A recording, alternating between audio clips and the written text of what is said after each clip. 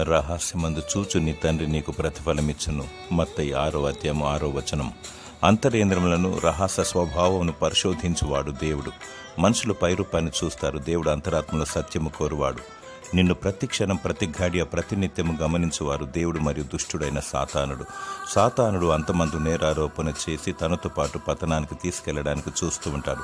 సైన్యములకు అధిపతి అగు యెహోవా తన సూర్యకాంతిని నీతిమంతుల మీద అనీతిమంతుల మీద ప్రసరింపచేయును. అనగా ఆయన ప్రతి వారిని చూచును. రహస్యమందు నీవు చేయు ప్రతి రహస్య చీకటి క్రియను తన క్రియల గ్రంథమందు లిఖించును. కొందరు మనుషులకు కనబడవలనని నటిస్తారు. నటన భక్తితో తమను మోసపోతారు. నలుగురిలో ఉన్న ఒంటరిగా ఉన్న ఒకేలాగున దేవునికి మహిమకరంగా వ్యవహరించాలి. తలంపు ద్వారా, క్రియ ద్వారా, మనస్సు ద్వారా, వినికిడి ద్వారా, ప్రాణాత్మ దేహం ద్వారా దేవుని సంతోషపరచాలి. రహస్యముగా మోకాలుండి ప్రార్థించాలి. వాక్యమును దివారాత్రములు ధ్యానించాలి. దేవుని ఆత్మతో ఆరాధించాలి. నిత్య జీవము దొరుకును. దేవుడు నీ హృదయ వాంఛను తీర్చి సమృద్ధిగా నిన్ను దీవించునుగాక. ఆమేన్.